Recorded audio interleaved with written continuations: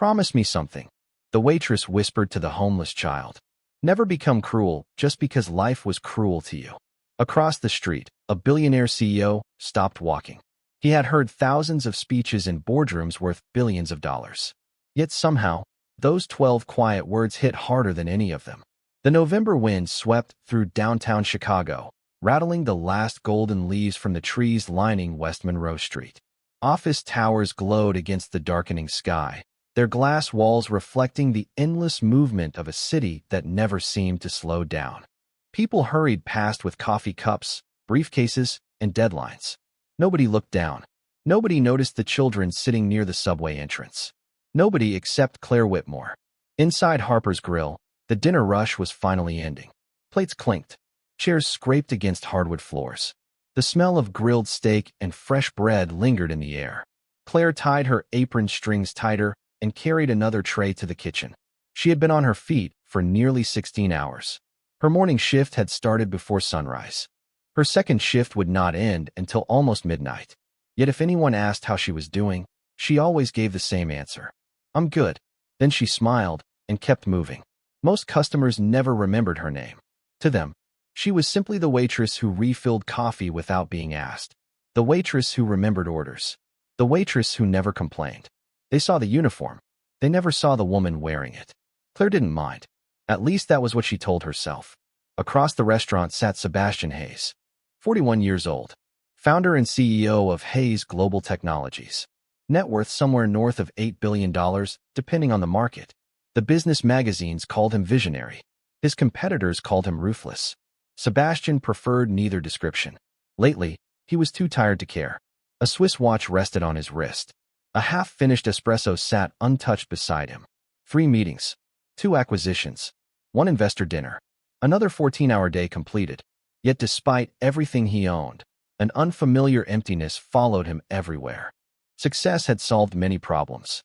It had not solved loneliness. Claire passed his table carrying a tray of empty glasses. Sebastian barely looked up from the financial reports glowing on his tablet. Why would he? She was just another waitress. Another stranger moving through the background of his life. Outside, the temperature dropped to 38 degrees. Claire finally clocked out. Most employees rushed home the second their shifts ended. Claire never did. She grabbed a small paper bag from her locker, slipped on her worn gray coat, and stepped into the cold. The city lights shimmered across rain-soaked sidewalks. Cars rolled past. Horns echoed in the distance.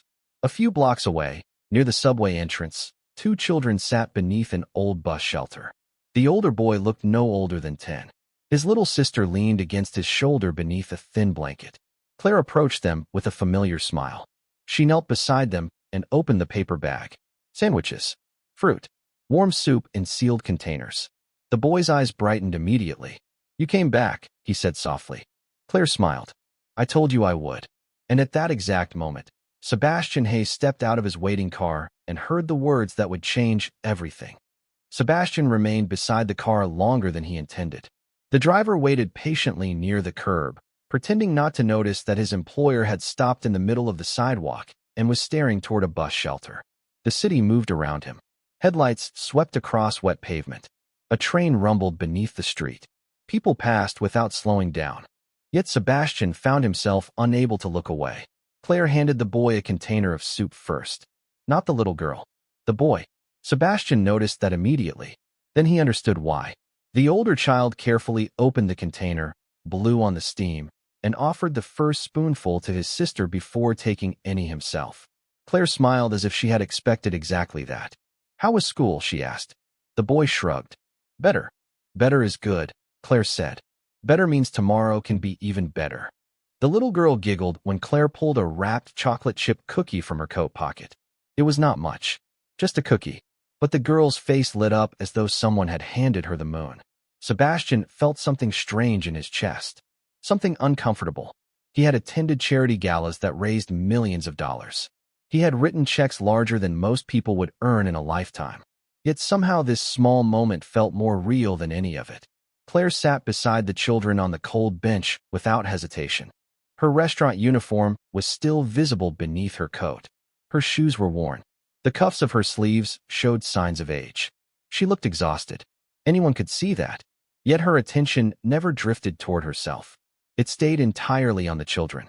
"Did you finish the book?" she asked. The boy nodded. "Twice." Claire laughed softly. "Then next week I will bring another one." "You always say that."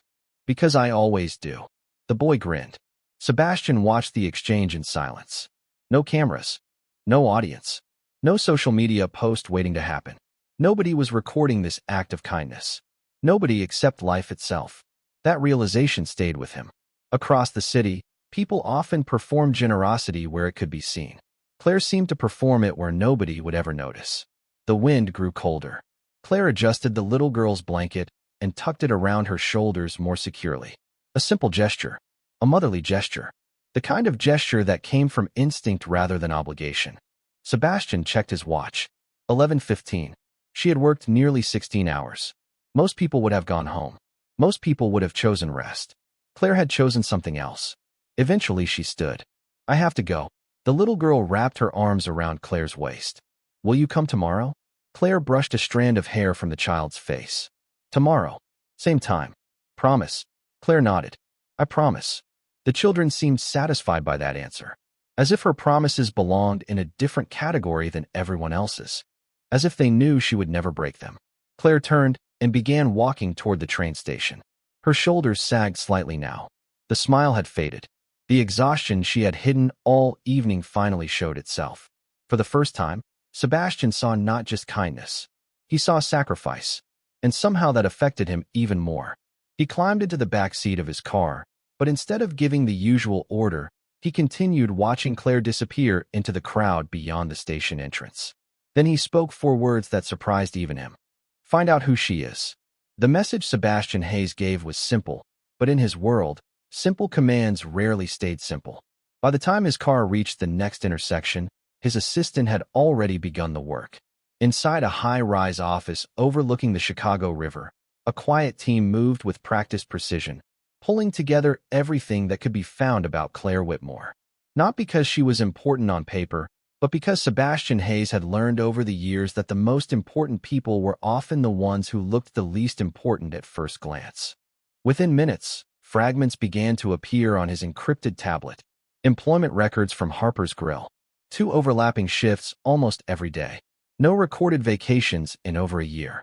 A second job listed at a 24-hour convenience store 3 blocks away. Sebastian leaned back slightly in his chair as he read.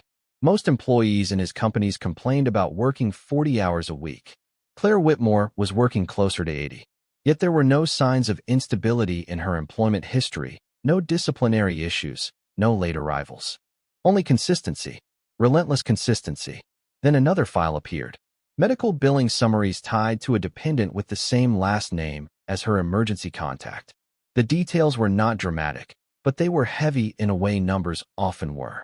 Regular hospital visits, long-term treatment plans, insurance coverage that barely stretched far enough. Sebastian closed the file for a moment and looked out at the city lights reflecting off the river. He had seen financial hardship before, but this was different. This was not chaos. This was endurance. Meanwhile, Claire was already on the train heading north. She sat near the window, her hands resting quietly in her lap, her body finally allowing itself to feel the weight of the day. The train rattled softly through underground tunnels before emerging briefly into open air where the city skyline stretched in the distance. She did not notice the luxury sedan that had followed at a careful distance from the station. She would not have expected it. Sebastian did not ride in it himself, but he had instructed his driver to keep a discreet distance. He was not sure why yet. Curiosity was the only answer he had allowed himself. Claire exited the train 3 stops later and walked through a neighborhood that was older, quieter, and more worn than the center of the city. Streetlights flickered slightly in the cold air. She passed small storefronts with faded signs and a closed pharmacy with handwritten hours taped to the glass door. Eventually, she stopped in front of a modest apartment building, paint peeling near the entrance, a security buzzer that looked like it had been repaired more than once. Inside, she climbed 2 flights of stairs before pausing outside a door and taking a slow breath, as if preparing herself for a different kind of shift entirely. Sebastian watched from across the street, still seated in his car. He was not used to watching people live their lives when they did not know they were being observed. It felt intrusive, but also revealing. Claire opened the door and stepped inside. A soft light spilled into the hallway. A moment later, she returned with a small blanket and a bowl of soup carefully covered with foil. She moved down the hallway toward another door at the end of the corridor. Sebastian narrowed his eyes slightly. There was no hesitation in her movements. No frustration. Only routine. When she knocked, a faint voice answered from inside. Claire entered quietly. Sebastian could no longer see them, but he could imagine the scene from everything he had already witnessed. Not because he was guessing, but because patterns rarely changed. The same kindness he had seen in the city was likely repeating itself here, in a place no executive ever visited. After several minutes, Claire stepped back into the hallway alone. She stood still for a moment, resting her forehead lightly against the wall, eyes closed. Not in despair, not in defeat, but in exhaustion so complete it no longer had words attached to it. Sebastian finally spoke into his phone again. "Bring me everything you can find about her mother."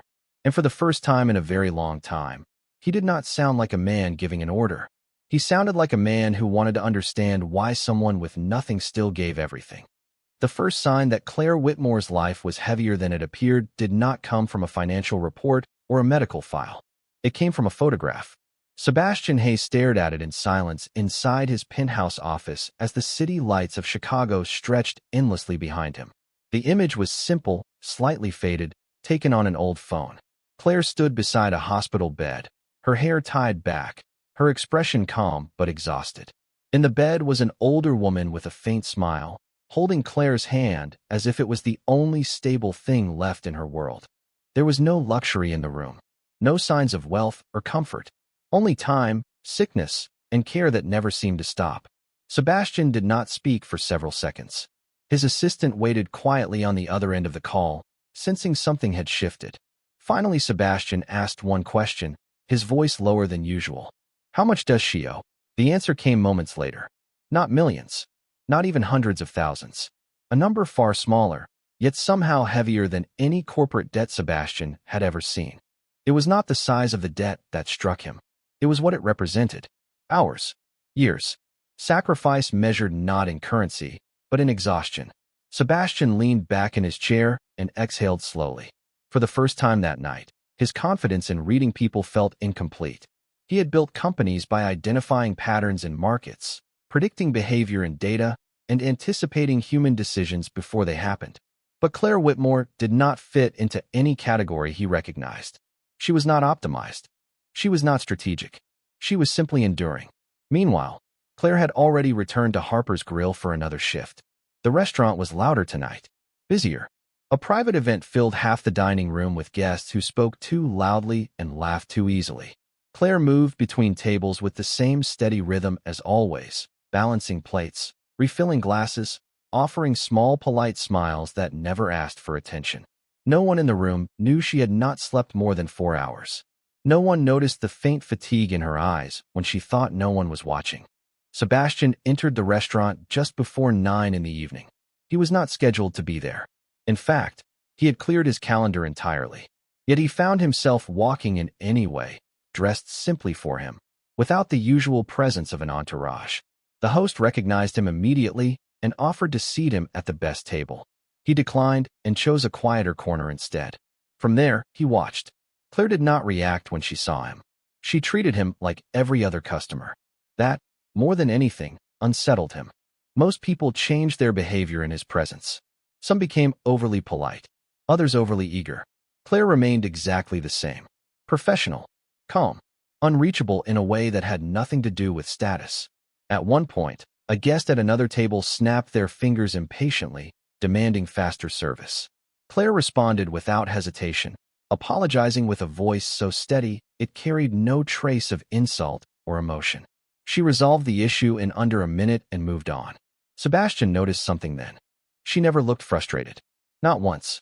Not even when she had every reason to be. When her shift finally ended near midnight, Claire removed her apron and folded it carefully, as if it mattered more than it should. She did not rush. She did not sigh. She simply moved with quiet discipline, the kind that came from repetition, not comfort. Sebastian stood as she exited through the back door. The air outside was colder than before, carrying the sharp edge of approaching winter. Claire walked alone down the alley toward the streetlight at the corner. Sebastian followed at a distance, not hiding, but not approaching either. She stopped near a small convenience store and bought a simple bottle of water. Nothing else. Then she continued walking home, step by step, as if every block was measured carefully against her remaining energy. Sebastian finally spoke, though she could not hear him. "There is nothing ordinary about you," he said quietly into the night.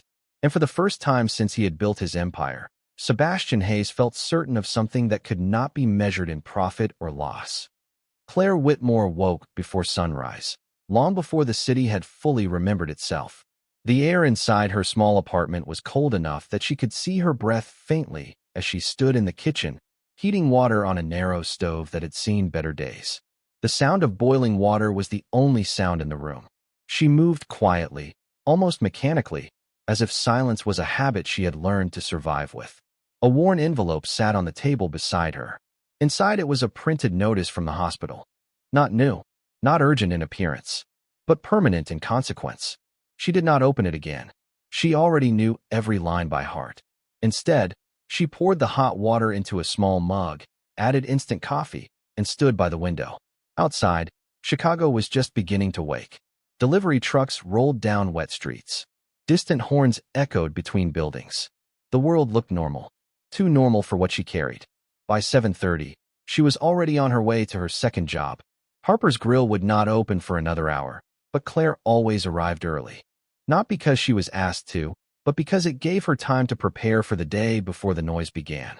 She tied her apron in the back room, adjusted her hair, and checked her reflection once. Nothing about her appearance suggested the weight she carried. That was intentional. At exactly 8:45, Sebastian Hayes arrived again. This time, there was no coincidence in it.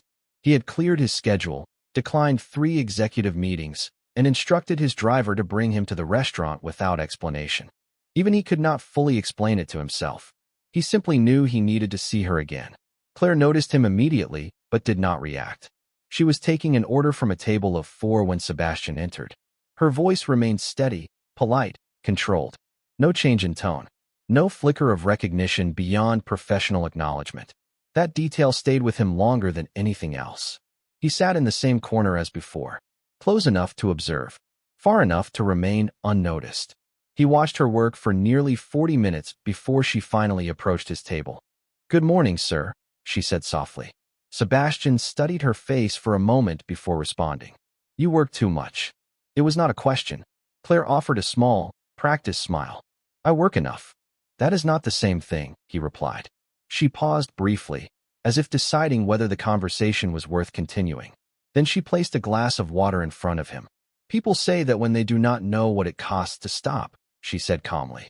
Sebastian leaned slightly forward. "And what does it cost you?"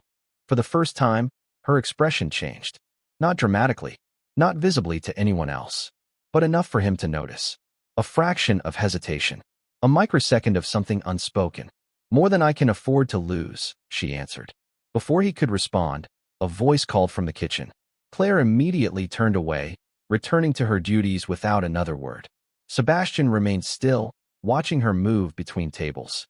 There was no performance in her behavior. No attempt to impress. Only consistency. Only endurance. At one point, she paused briefly near the service counter, pressing her fingertips against the edge of the counter as if grounding herself. Then she continued. Sebastian followed her movement with his eyes, noticing details he had not seen the night before. The slight tension in her shoulders. The careful pacing of her steps. The way she never allowed herself to appear idle. As the morning rush began, the restaurant filled quickly. Noise increased. Orders multiplied. Claire's pace never changed. It was as if exhaustion was irrelevant to her system.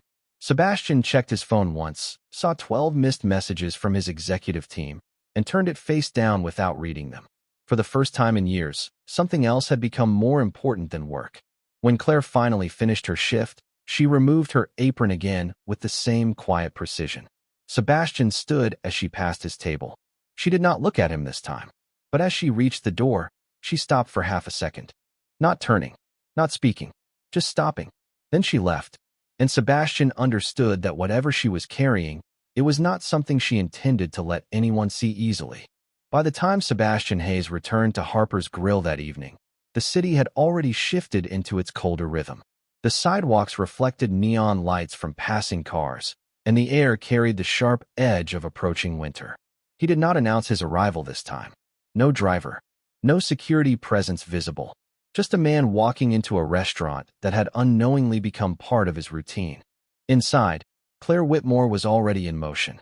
The dinner shift had begun, and the restaurant was louder than before. Clinking plates, overlapping conversations, the steady hum of a busy night. She moved through it all with the same controlled efficiency Sebastian had observed for days. Yet tonight something was different. She looked slightly more tired than usual. Not dramatically, just enough for someone paying attention to notice the difference between endurance and depletion. Sebastian chose the same corner table again. Claire did not react when she saw him. She simply approached, took his order, and moved on without hesitation. No extra glance. No recognition beyond professionalism. But this time, Sebastian did not let her walk away immediately. "Claire," he said quietly. She paused. It was the first time he had used her name directly. She turned back, her expression neutral. "Yes, sir. Do you ever rest?" The question hung in the air longer than expected. Around them, the restaurant continued as if nothing unusual had been said. Claire held her tray steady, her posture unchanged. "When I have time," she replied. "And when is that?" Sebastian asked. A faint silence followed. Not uncomfortable, but measured. Claire looked toward the dining room, as if calculating whether answering would cost her more than ignoring it. "Between responsibilities," she finally said. Then she moved away before he could respond again. Sebastian watched her for the rest of the shift. There was a pattern he had not noticed before. She always checked on the same corner table near the window, where a single elderly man ate alone every night. She always refilled his water without being asked. She always smiled the same way when she did it. Small, respectful, consistent. At one point, Sebastian observed something else. A delivery worker entered the restaurant, apologizing for being late, clearly overwhelmed. Claire stepped in immediately, taking the package, offering reassurance, and redirecting him toward the kitchen without raising her voice once. It was not dramatic. It was not theatrical. It was control through calmness.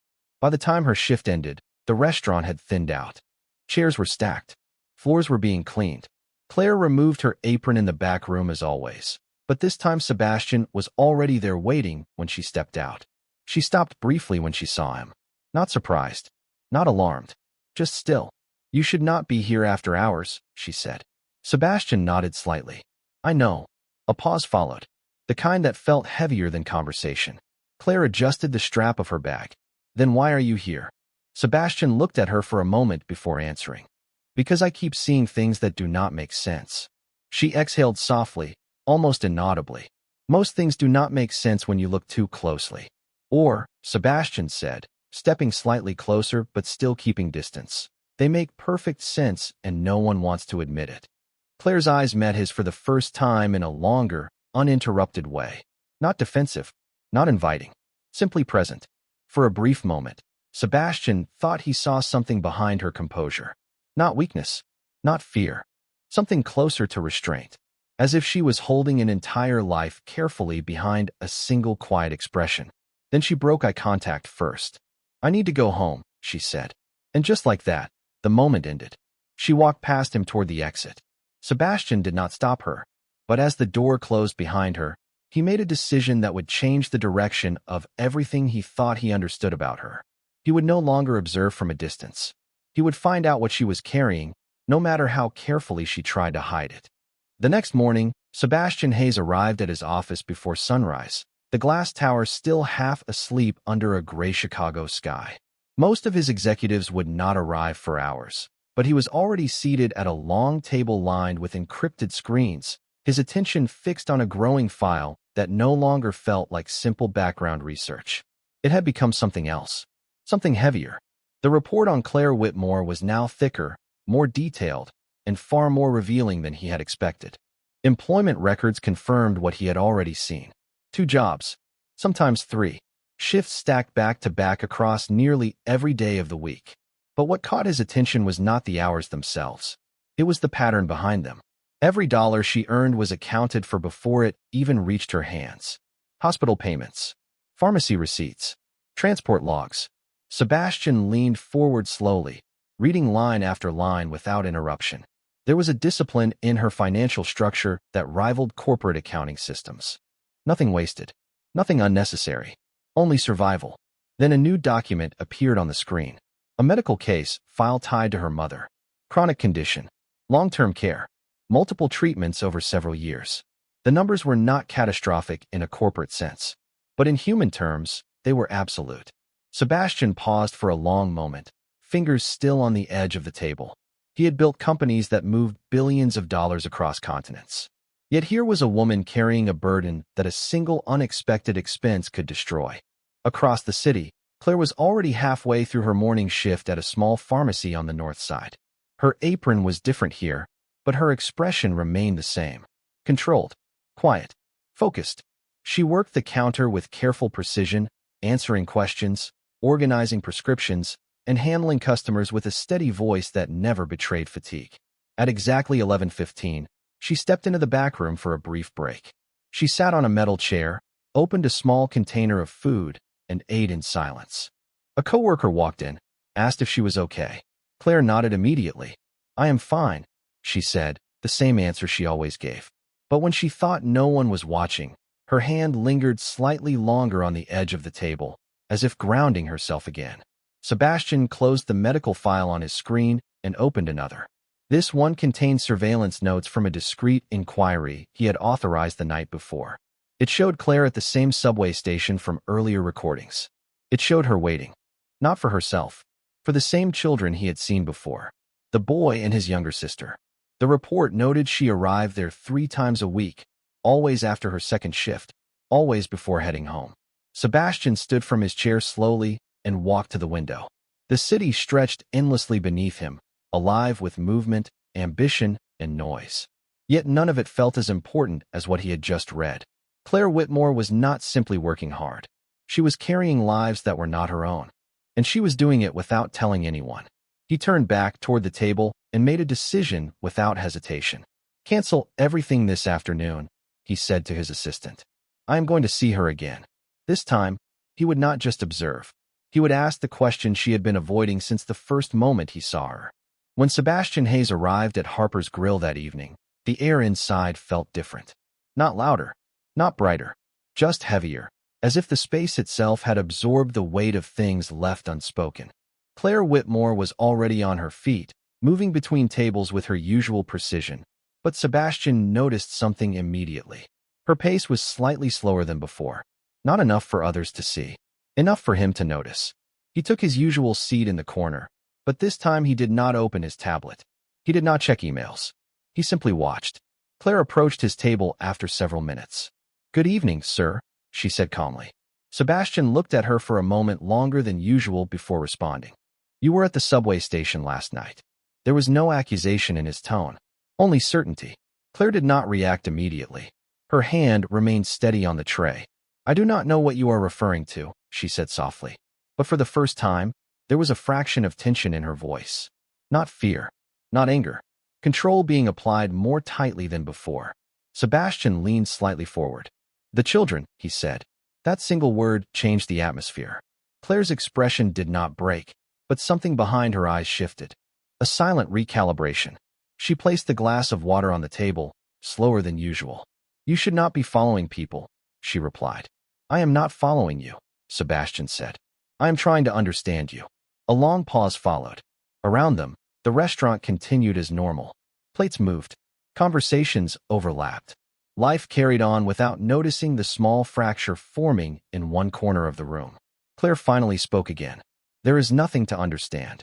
Sebastian did not look away. "That is not true." For a moment, neither of them moved. Then Claire exhaled softly, almost imperceptibly, as if deciding how much truth she could safely allow into the space between them.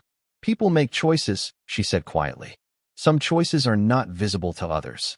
"Taking care of strangers every night is not a normal choice," Sebastian replied. Claire's eyes finally met his directly. Not defensive, not soft, just honest. "Neither is asking questions about people who are trying to survive," she said. That answer should have ended the conversation. Instead, it sharpened it. Sebastian studied her for a long moment. There was no performance in her words. No manipulation. Only boundaries drawn carefully around something fragile. He lowered his voice slightly. What are you afraid will happen if someone knows what you are carrying? Claire did not respond immediately. Her gaze shifted briefly toward the dining room, toward the movement, the noise, the normalcy of everything around them. Then back to him. That it will stop being mine, she said. The simplicity of that sentence landed heavier than anything else. Sebastian leaned back slightly, absorbing it. For the first time, he was not looking at a waitress.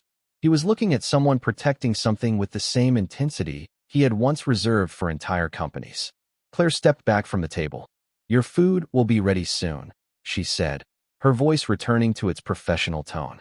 But as she turned to leave, Sebastian spoke once more. Claire. She paused, but did not turn. You are not invisible, he said quietly. This time, she did not answer. She simply continued walking, disappearing into the rhythm of the restaurant, leaving Sebastian alone with a realization he could no longer ignore.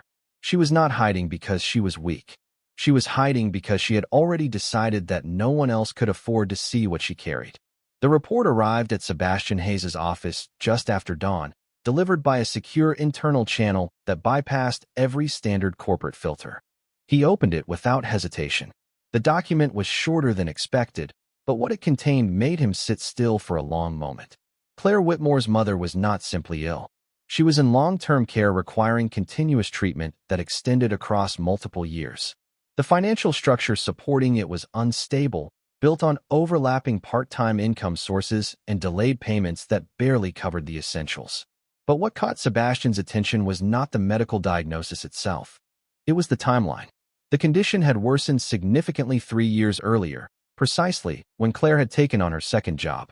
Sebastian leaned back in his chair slowly. The pattern was no longer accidental. It was sacrifice aligned perfectly with responsibility. A knock interrupted his thoughts. His assistant entered carefully, placing another folder on the table. There is something else, she said quietly. Sebastian opened it. Inside were employment cross-references tied to Claire's previous workplaces. One detail stood out immediately. A small community outreach program at a public hospital. Voluntary assistance records. Irregular hours. No compensation. Sebastian frowned slightly as he read further. Claire had been returning to that hospital consistently for years. Not for treatment. For visits. For someone else. He closed the folder and stood up. Where is she now? He asked. Harper's Grill, the assistant replied. Morning shift. Sebastian did not respond immediately. Instead, he looked out across the skyline. The city was bright now, sunlight reflecting off glass towers that looked clean from a distance, but were built on layers of hidden effort. When he arrived at the restaurant, Claire was already in motion. It was mid-morning, quieter than the evening shifts, but still steady. She moved between tables with practiced efficiency, carrying trays with the same controlled posture Sebastian had come to recognize. He approached her table without waiting.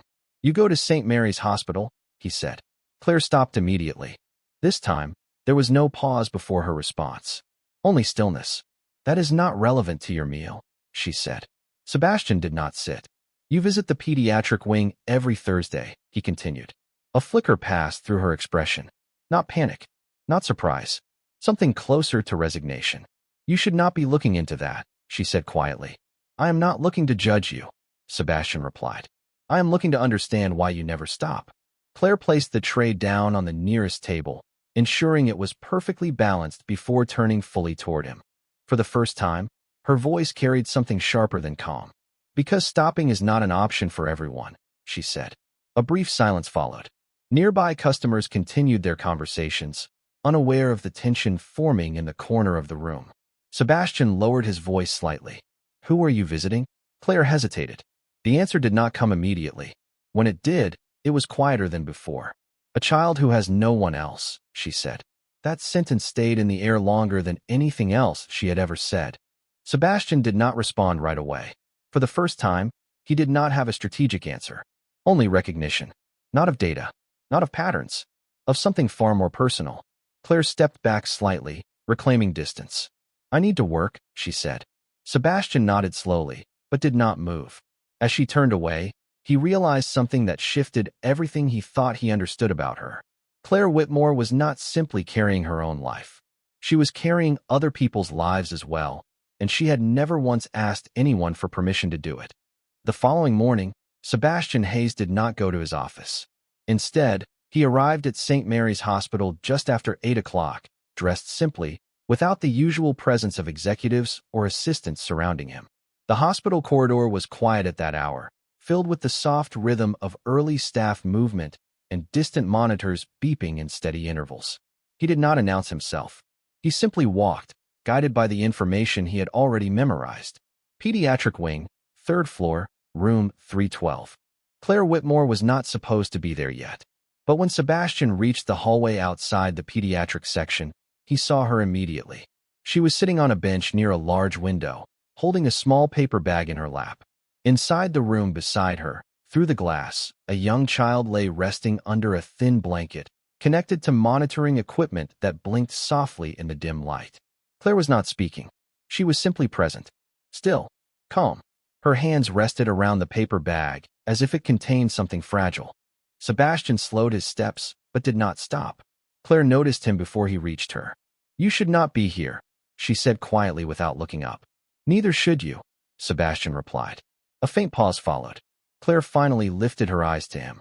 There was no anger in her expression, only exhaustion shaped into restraint. "This is not something you can fix," she said. Sebastian looked toward the room. "I am not here to fix anything," he said. "Then why are you here?" she asked. He did not answer immediately. Because the truth was no longer simple.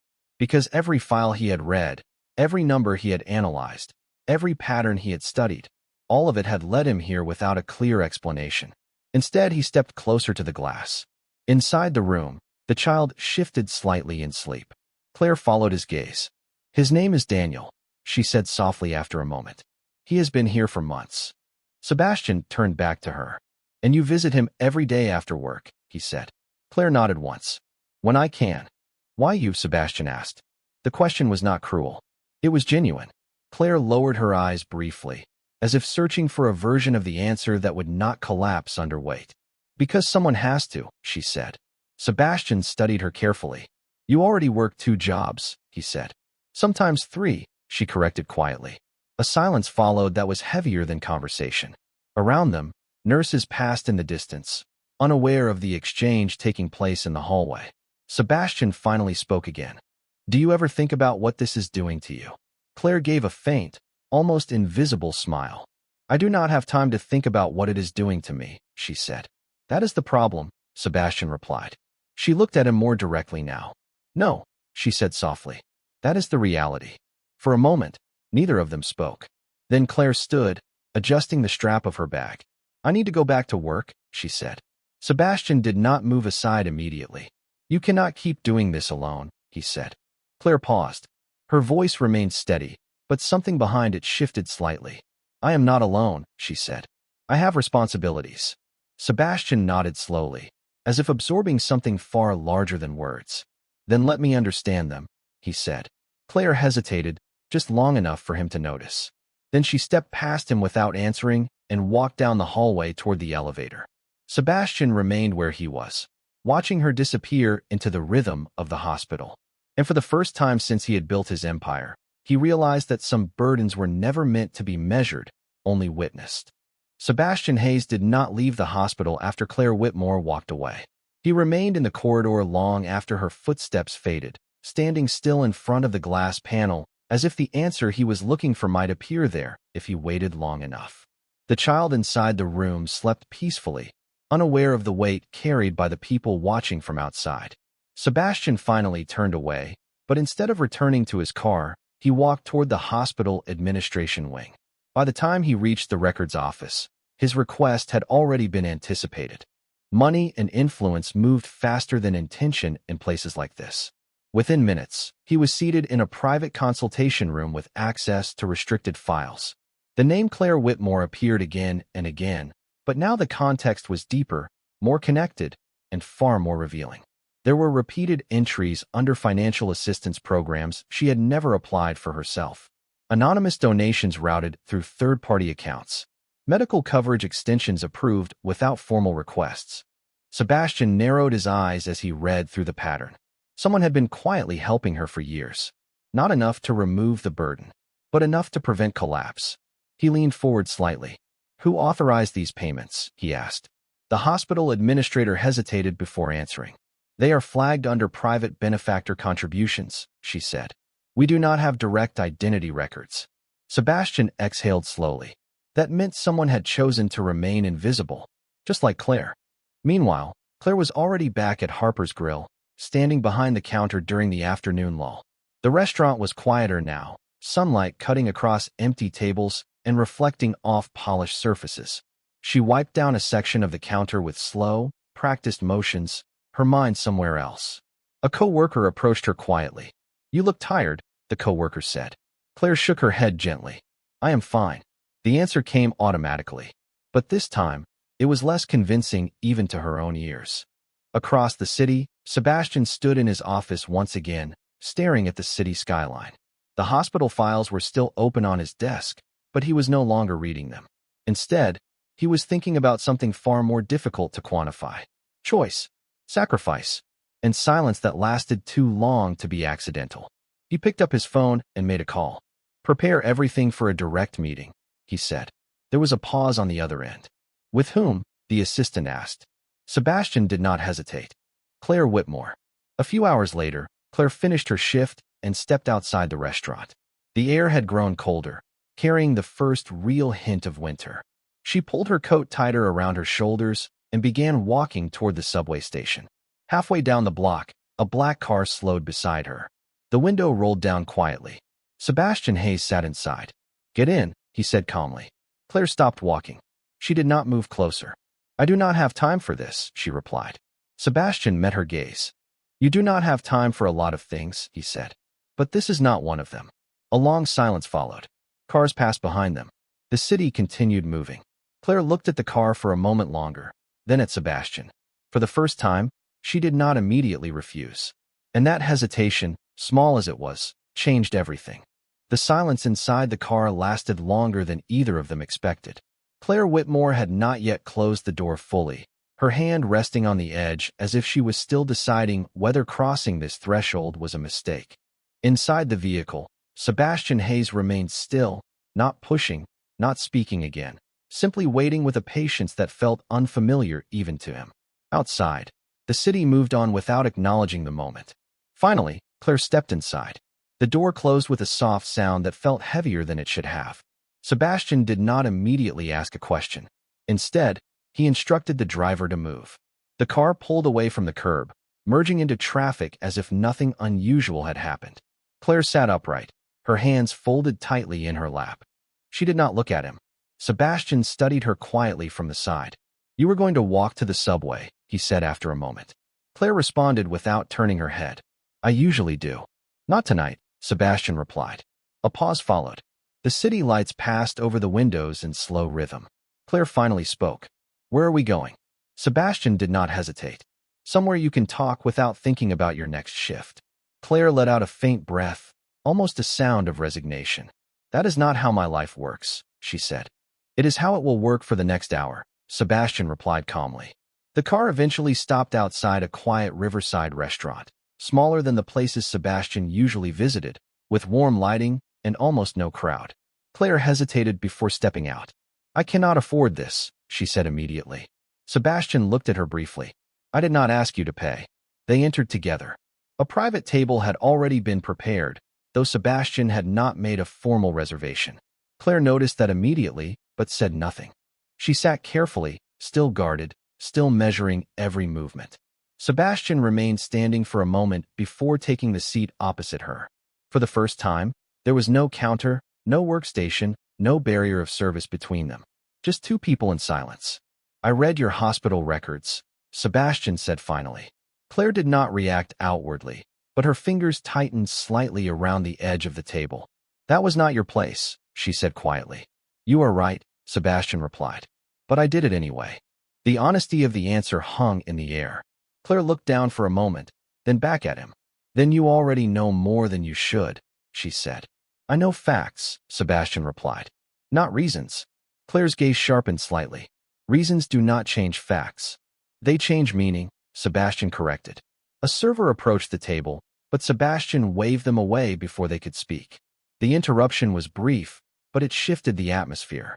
Claire leaned back slightly, still alert. "Why am I here?" she asked. Sebastian looked at her directly now. "Because I want to understand why someone who has nothing left for herself keeps giving everything away to everyone else." Claire's expression did not break, but something behind it shifted. "You think this is about choice," she said softly. "It is not." "Then what is it about?" Sebastian asked. Claire hesitated for the first time since the conversation began. When she spoke again, her voice was quieter. "It is about what happens when you stop," she said. Sebastian did not interrupt. Claire continued. "If I stop working extra hours, my mother misses treatment. If I stop visiting the hospital, a child sits alone. If I stop helping, someone else pays the price." She paused briefly. "So I do not stop." Sebastian studied her carefully. "And what do you lose?" he asked. Claire looked at him directly. "Everything that is mine already belongs to something else," she said. For a moment, neither of them spoke. The city outside continued moving, unaware of the exchange taking place inside the quiet room. Sebastian finally leaned forward slightly. "That is not sustainable," he said. Claire gave a faint, almost tired smile. "Neither is pretending people like me get a different option," she replied. The words landed between them without anger, only truth. Sebastian sat back slowly, absorbing it. For the first time, he was not looking at a problem to solve. He was looking at a life that had never been allowed to pause long enough to become anything else. And he realized, with a clarity that unsettled him, that Claire Whitmore was not simply surviving her life. She was carrying it for everyone else who could not carry their own. The restaurant was quieter when they returned, as if the city itself had decided to give the moment more space to exist. Claire Whitmore stepped out of the car first, standing still on the sidewalk for a brief second before turning back toward the entrance. Sebastian Hayes followed her in silence. Inside, the warm light of Harper's Grill felt different now. Not unfamiliar, but no longer just a workplace. It felt like a place where something had been slowly building without either of them fully realizing it. Claire did not sit immediately. She remained standing near the entrance, her posture steady but less guarded than before. Sebastian watched her carefully. "You were right," he said after a moment. Claire looked at him, waiting. "About people not seeing the cost," he continued. "I have spent my entire life measuring value in numbers. Profit, loss, efficiency, growth. I thought that was enough to understand everything." Claire remained silent, listening but not interrupting. Sebastian lowered his gaze briefly, then continued. "But I was wrong." A faint pause followed. Claire slowly took a seat across from him again. This time, she did not fold into herself as tightly. "Understanding is not the same as changing," she said. Sebastian nodded once. "No," he agreed. "But it is where it starts." Outside the window, the city lights reflected softly against the glass, steady and distant. Claire looked down at her hands for a moment. "People like you do not usually say things like that," she said. Sebastian gave a faint, almost self-aware expression. "People like me usually do not listen long enough to learn when they are wrong," he replied. A small silence followed. Not uncomfortable, just real. Claire exhaled slowly, as if something inside her had loosened slightly after holding tension for far too long. "I never wanted anyone to fix my life," she said quietly. "I just wanted it not to fall apart while I was trying to keep everyone else together." Sebastian looked at her directly. "And who keeps you together?" he asked. The question stayed in the air longer than any of the others. Claire did not answer immediately. When she did, her voice was softer than before. "I am used to it being me," she said. Sebastian leaned back slightly, absorbing the weight of her words. For the first time, there was no urge to analyze or calculate, only understanding. Not as a businessman, as a person. After a long pause, he spoke again. "That should not be your responsibility alone," he said. Claire gave a small, almost invisible shake of her head. "It is not something people offer help for," she replied. Sebastian looked at her for a long moment. Then he said something different. "Then maybe they are offering it to the wrong person." Claire finally met his eyes fully. Not guarded now, not distant, just present. And in that quiet exchange, something shifted that neither of them tried to define. It was not a solution. It was not a promise. It was simply recognition. For the first time in a long time, Claire Whitmore was not being seen as someone who existed only to carry weight. And for the first time in years, Sebastian Hayes was not trying to measure a person. He was simply listening to one. As the night deepened outside and the city continued its endless motion, two people remained in a quiet corner of a small restaurant, not changing the world yet, but finally seeing it clearly. And sometimes, that is where healing begins, not in answers, but in being understood without having to disappear to deserve it. If this story touched something in you, take a moment and share what it made you feel, because sometimes the quietest stories are the ones that stay with us the longest. And if you would like to hear more stories like this, you already know where to find them.